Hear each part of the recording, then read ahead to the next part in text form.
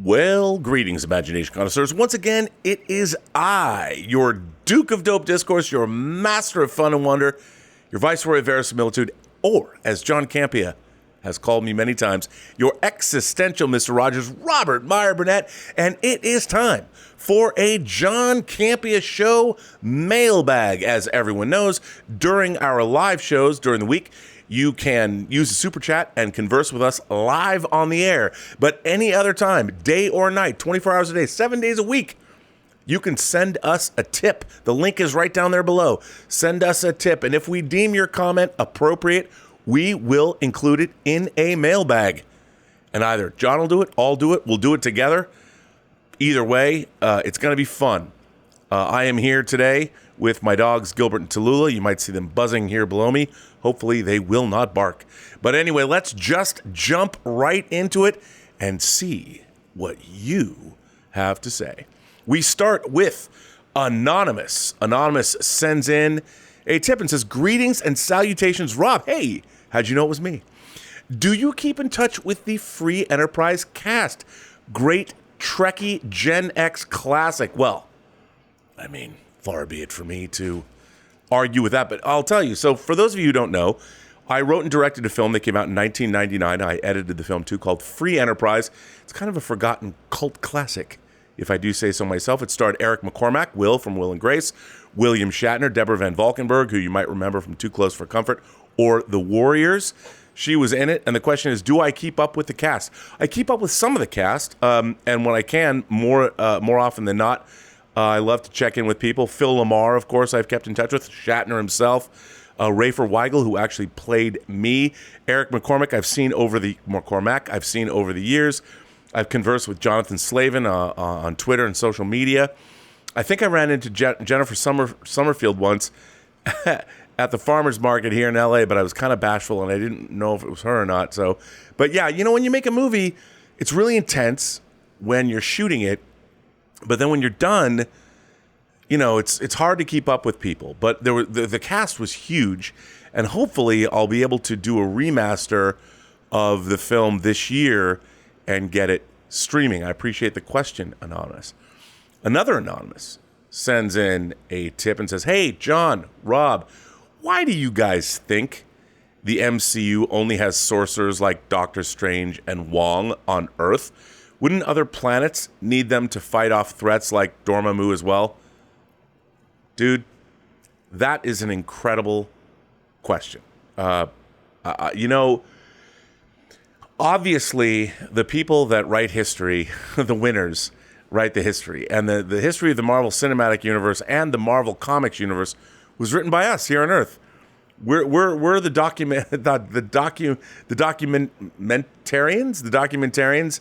So that is a really good question. And by the way, it goes into, like, I am obsessed with the cosmology of the MCU. You've got the Egyptian gods, the Celestials, the Eternals, the Titans, the Olympians, which we're going to see in Love and Thunder, the Asgardians. How does it all work? You know, who controls whom? How do the religions of the world feel about a celestial appearing above them? I mean, it's a really good question. I think there would have to be. That's actually a really interesting idea. The idea that sorcerers from around the universe could band together. To be honest, maybe they've done that in the Marvel comic universe. I am not sure if they have, so I don't know. Coach Coach ILA, I love LA, OA. I'm not sure what that means. I'm missing something. I'm dense today. Hi, gang. Love your show. Well, thank you very much. We appreciate that. So how many more times are we going to see Professor Xavier, Sir Patrick Stewart, die on the big screen? It's probably time to recast. Maybe James McAvoy. Well, Xavier's died a lot. So, yeah, he died, in Last Stand? I mean, he died in First Class? How many times has he died? A lot. He's died a lot. Probably is time to recast. But, you know, we saw him as a alternate universe Xavier. So, you know, what can I say? But you're not wrong. I think that when the MCU, and by the way, it's really, I mean, I know they had to wait and get it from Fox, but the MCU X-Men are a long time coming. I mean, we're now 14 years into the MCU. They acquired Fox, 5 years ago? Kevin Feige said they had a 5-year plan to introduce the X-Men. There are currently no plans to introduce the X-Men. I think the only viable mutant is Deadpool. Of course, now they've introduced Xavier, but maybe they're going to give us Namor and Wakanda Forever. I don't know. Maybe Storm. I have no idea. But I think it's high time that we know what's happening with the mutants of the MCU. And I don't know what that is. I don't know. Conquistador says,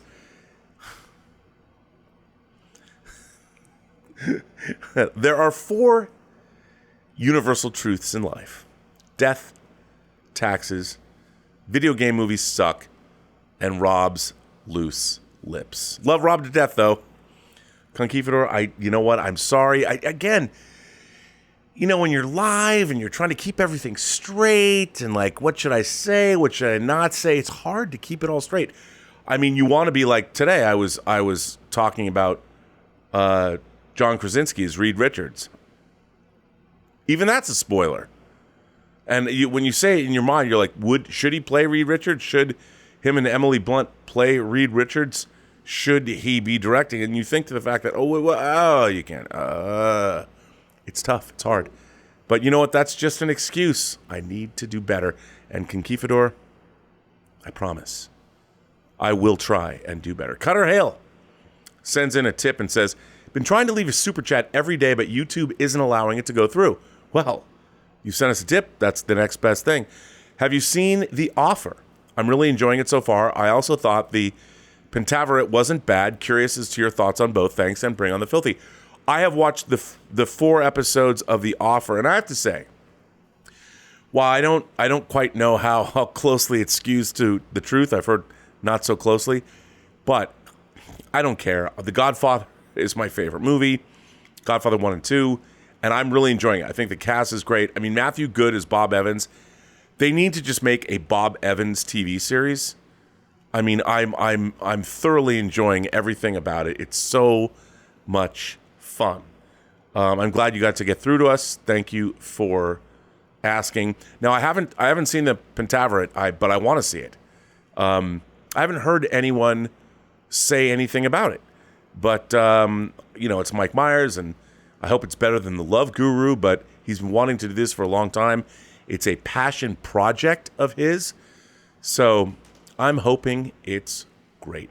Josh Rosowskis, our still old friend. Josh, first of all, how are you? How are you feeling? How's everything going? I hope well. Josh says, hey, John. Well, you don't get John, you get me. Hey, John, I've watched your Getting Started video many times, and over the years, I've done what I can little by little. I bought a mic and an ARM webcam, but haven't had a computer for 2 years because I have CP, it's cerebral palsy, and just don't have the spending money for a computer. Then there's lighting, which is difficult to get right in a bedroom space. It just got me thinking, since you've mentioned wanting to do an updated version for a while, and maybe even doing a tech show, would you ever doing a contest to help? Josh, that's a really good idea.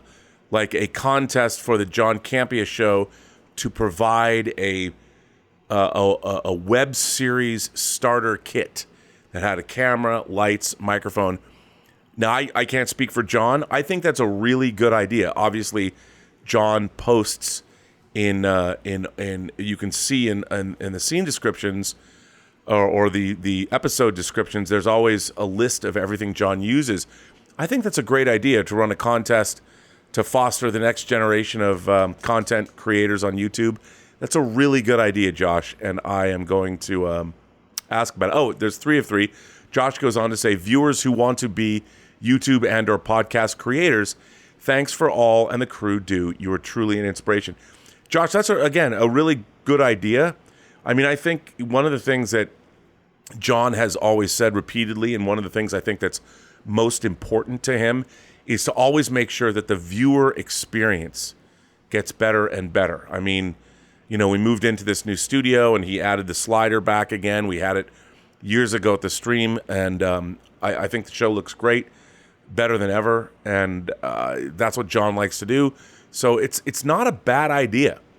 And maybe doing I think a tech show from John's point of view, because one of the things I really admire about John is he's always... Tallulah, I'm very sorry about that. He's always looking for new gear. You know, he's always looking for the best, and he's doing it to provide the viewers. I mean, if you look at his show, our show, I guess, but if you look at what John does, the cameras, the imagery is very sharp. It's very clear. It's very colorful. Looks great. It sounds great. And I think that's what John is most interested in, is providing the viewer experience, the viewers who watch the show, with the best experience possible. So I really like that idea, Josh. I will pass that along to him and see what he says.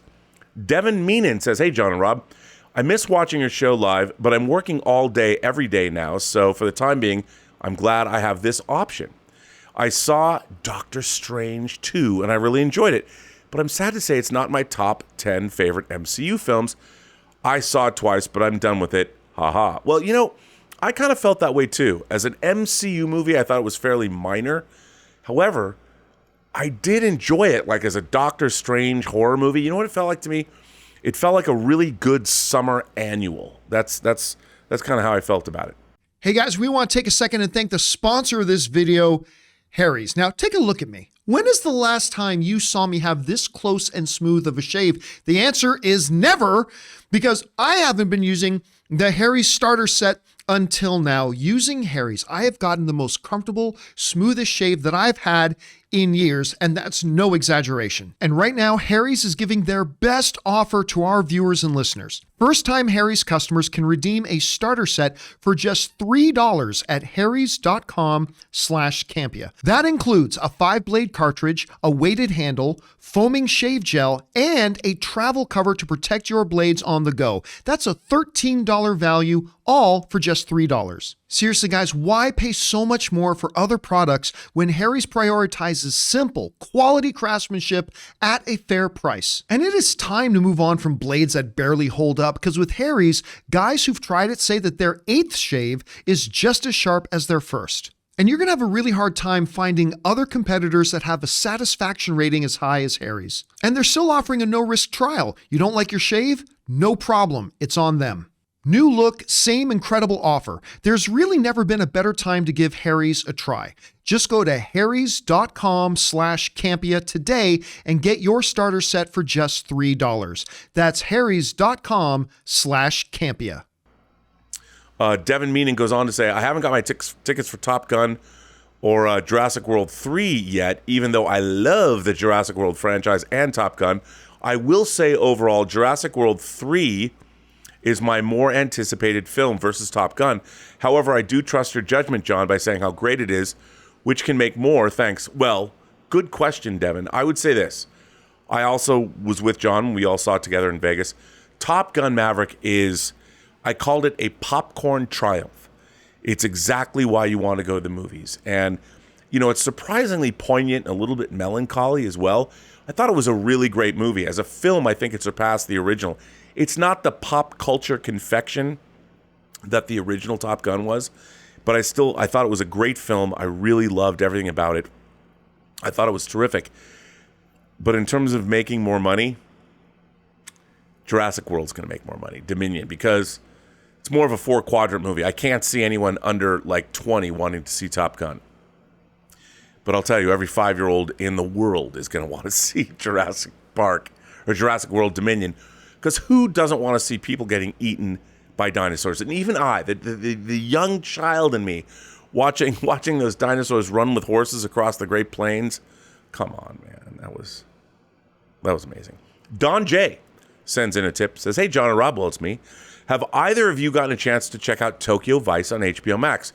The season wrapped a few weeks ago, 8 episodes. It was awesome. Really well done crime thriller. Ansel Elgort was really good as the lead. Now, I was very excited because Michael Mann directed the pilot. I think he directed another episode.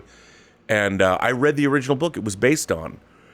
I loved it. I thought the series was terrific. I've caught up with it. You know, obviously, the first episode, the pilot, was directed by Michael Mann. I don't think the rest of the series lived up to it visually, but it is a fantastic series, and I really enjoyed it. Plus, I loved delving into Japanese culture. That was one of the things about the book that was so fascinating, was getting into Japanese culture. And I got to tell you, I thoroughly enjoyed it. I thought it was really, really good, really compelling stuff. And again, HBO, man, crushing it, bringing the noise, as it were. Great, great, great shows. Great Grapthar's Hammer. Nice Galaxy Quest reference. Hey, John, was wondering if you saw the recent Unreal 5 engine train station tech demo. While still mostly associated with gaming, its use in projects like The Mandalorian seems to make the old movie looks like a video game comment a compliment now. Yeah. You know what? The Unreal Engine stuff is incredible. I was watching the other day. I was watching the Superman demo. There was I think they did a Matrix. There was the Matrix demo, and they inserted Superman into it. It looks incredible, man. The technology it's just amazing. Just amazing. So really, really, really cool. Jared sends in a tip and says, hello. Well, hello. With the multiverse now open, could Marvel form their own Black Label series of films as DC did with Joker? This could easily entice more directors with the promise of creative freedom and actors knowing they won't sign on to a long commitment. Jared, I think that is an amazing idea.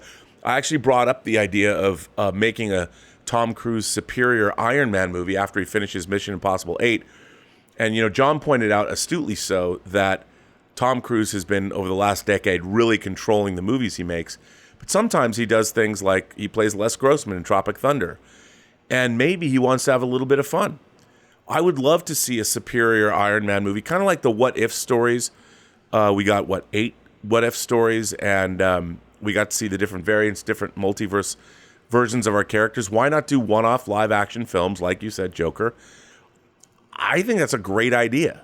Like, I would truly love to see something like that. I think it's a stellar idea. I'd love to see it done. I don't know if they will do it, but I like the idea. Jerome says, is a character really unredeemable if their actions were influenced by dark forces, like, for example, the One Ring in Lord of the Rings, or the dark side, Star Wars? Or could it be said that the character is still responsible for their actions? Well, Jerome, that is a fantastic question. I mean, philosophically, I don't know if in this chat we can answer it effectively, but here's my thought.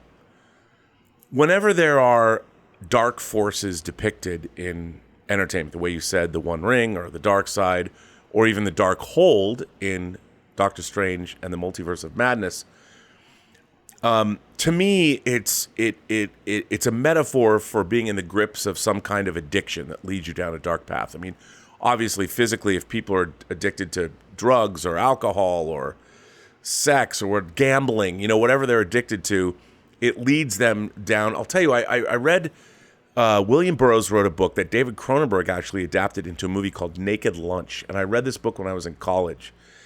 And it talked about when you're an addict of whatever, there is something called the algebra of need. And what that means is that the equation in your life at any one time when you're in the grips of addiction is whatever mathematics, whatever crazy convolutions you have to do, whatever you have to say to people, if you have to swindle them, whatever you have to do, you'll do it to feed your addiction. That is the algebra of need.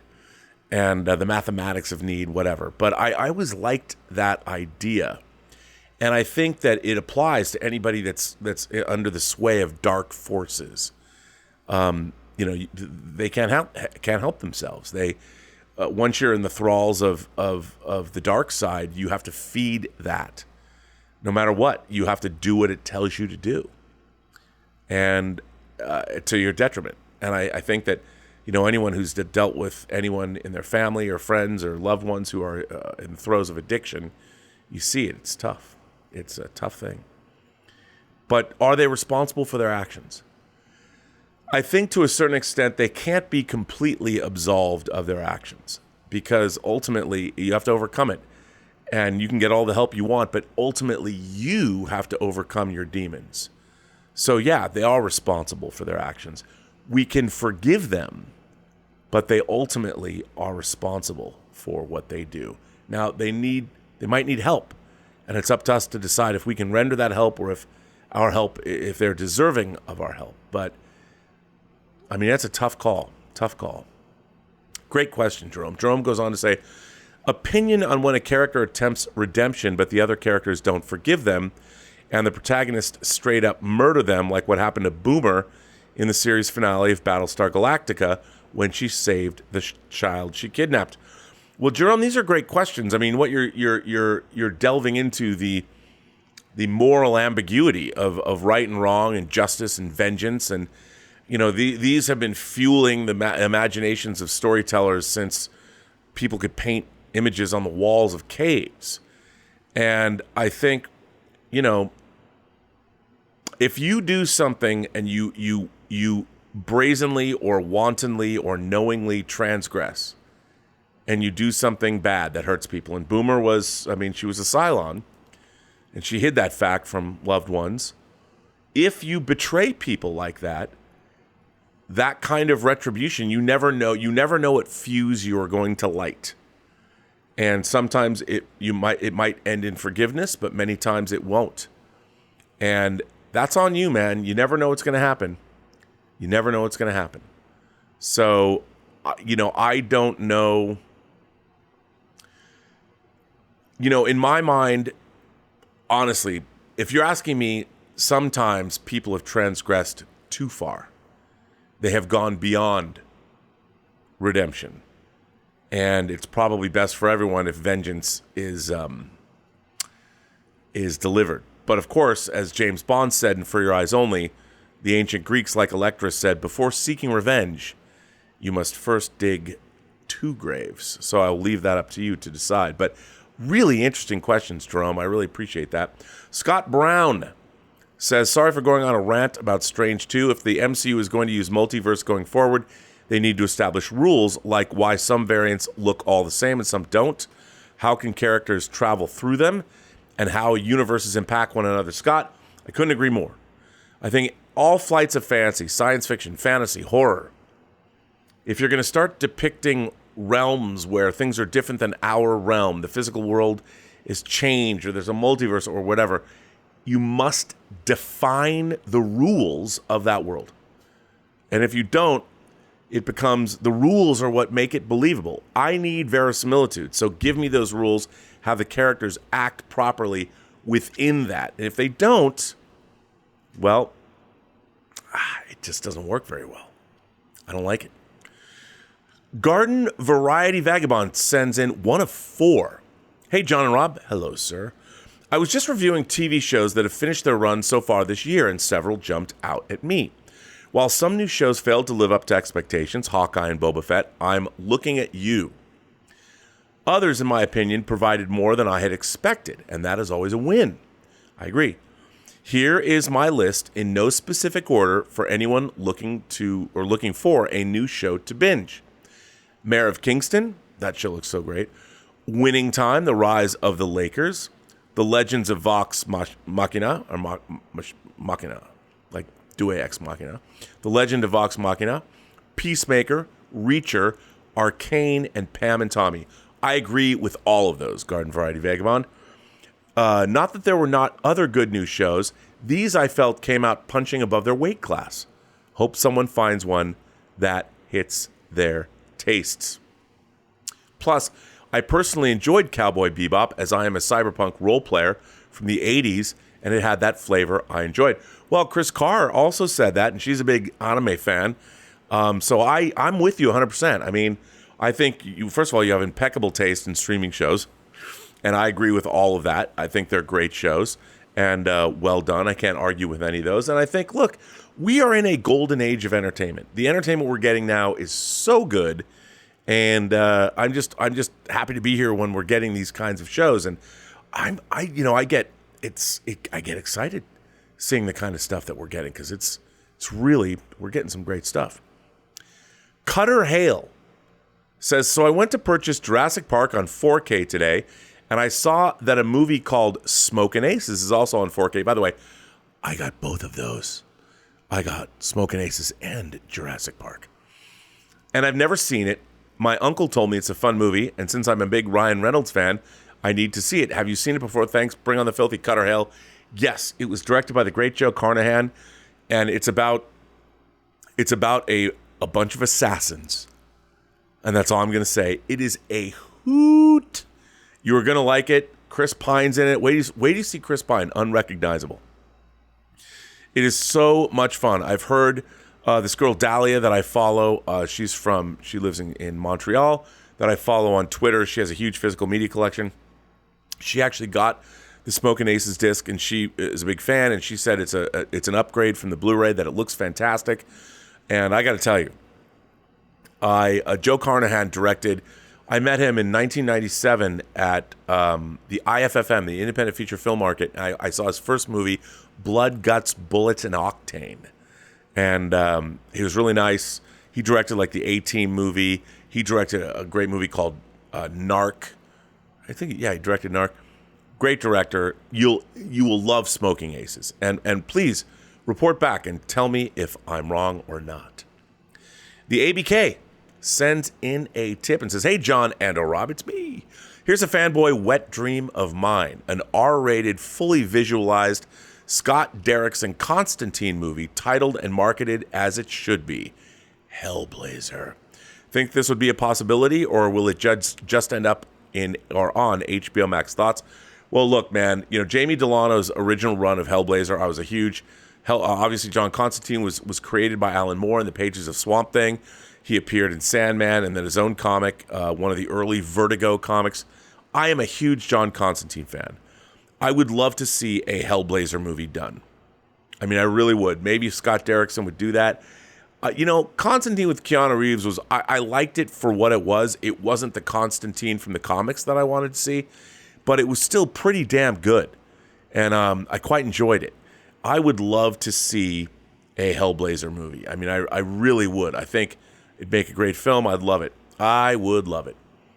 I don't know if it will happen, but I mean, if they do another one, I hope it will. I hope it would go theatrical, because I'd love to see a hard R. And I thought the Constantine movie, while the character of John Constantine to me is British, so Keanu Reeves playing him, he's a real Brit, and he's always got a pack of fags. By the way, that's the British word for cigarettes, and that's what he says in the comic. I know people are like, what?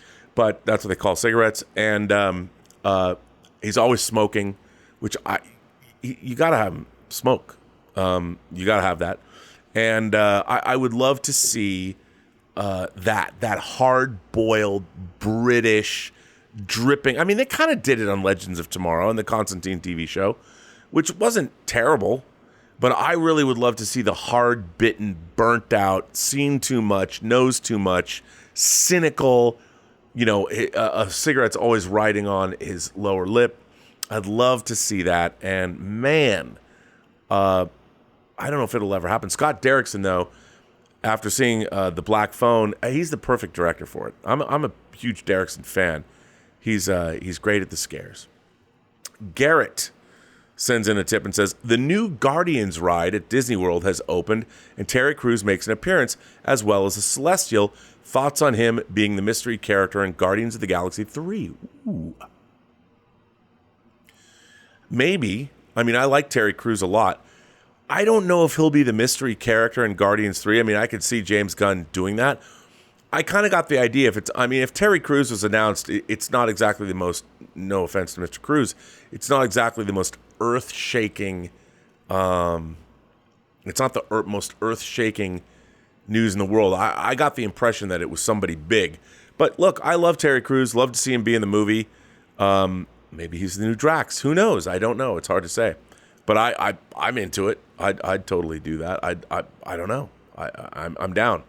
Kenny G. Really? Like the real Kenny G? Kenny G sends in a tip and says, "Hey, John and crew. During your last stream, you mentioned McQuarrie refusing to direct a Star Wars movie due to the fan base. It made me wonder, which franchise do you think has the most extreme fan base? Marvel, Star Wars, Game of Thrones, etc., Star Trek 2, or perhaps is an overlap of the same people?" I don't know about extreme. I think fandom in general has become extreme lately. And I think it's because, like, look, we haven't loved everything, but there's a unique dissatisfaction these days because, and I think it's because the people that take on these franchises it's just in a long line of jobs for them. I think a lot of these franchises, the last time I heard somebody taking over a franchise was Ryan Coogler when he went to Stallone and pitched the idea of Creed, about Adonis Creed, Apollo Creed's son. I mean, here was a fanatic, a franchise fanatic. And now I know that there have been people like David Mack and Kirsten Beyer who are Star Trek novelists that have had the opportunity to work on the new Star Trek shows, but they kind of get marginalized because they're Star Trek fans. And it's a problem. I think it's a problem. But I don't know what to say. But, I think there is anyone who's watched me for any length of time knows that I am very dissatisfied with modern Star Trek because I think that it's a copy of a copy of a copy. And you have people that are trying to recreate the pop culture memory of a show rather than what the episode's really about. Like, everyone knows the Star Trek episode with the Gorn, with the green lizard monster. But people only look at it as being goofy. That's why he shows up in a TV commercial. But if you watch that actual episode, it's profound. And I think when people go back to old franchises, whether it's Doctor Who, even Star Wars, they look at it from their sensibility looking back as opposed to trying to accept it for what it actually is, if that makes any sense. They're bringing, it's really hard to go back and look at Planet of the Apes and not think about a Simpsons sketch or a Twilight Zone episode, same thing. And I think it's difficult when you're trying to deal with these franchises, and when the new people take them on, they become corporate product, and the people that love these franchises love them for their own sake, and now they're just commercial, and the creators don't take it as seriously as the fan base does, so it becomes a problem.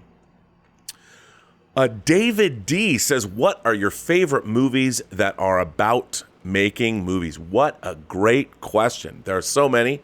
The first that comes to mind, Sunset Boulevard.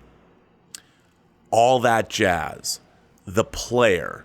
The Stuntman. What Just Happened. Those are off the top of my head. All of those I think are great. Check them out. There's so many movies about making movies. Swimming with Sharks is a good one. But those are the ones that came to mind. So you asked the question. Those are the first things that popped into my mind. I think they're all fine choices. They're all very different. Day of the Locust, maybe, but that's more about coming to Hollywood. Body Double. Brian De Palma's Body Double. But not maybe the movies you're thinking of. But that is a great one. Let's see. You can't...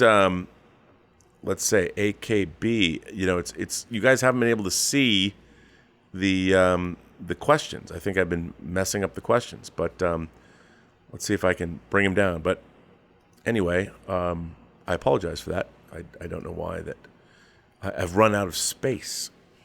But let me just bring down your questions so the people that ask them can see these last questions, the bits of these questions. So let me bring them down. So I'll go here, and I guess I can't because we're at the end of the questions. But I thought I did an okay job. I guess I didn't. But anyway, we have come to the end of these questions. I want to thank everybody who writes in and sends us tips and gives us something great to talk about and supports the channel while you're doing it. Thank you very much. I very much appreciate that. My name is, of course, Robert Meyer Burnett, and you can find me all across social media. You can find me on Instagram at RMBurnett. Find me on Twitter at BurnettRM. Find me on YouTube on my own channel at the Post Geek Singularity, and also find me on Twitch. Not Twitch. What am I saying? On TikTok at Post Geek Singularity, and you can go to my website postgeeksingularity.com and send me letters, and I'll read them on my own show. Thank you very much. Remember, you can always send us tips. Look at the link below, 24/7, 7 days a week. Or you can come on to the show every morning at 10:30. And when we open up Super Chats, fire one in. We usually only open it for a couple of minutes, but you can get it in, get read live on the show. I want to thank you for all of your support, and I look forward to seeing you at the next mailbag.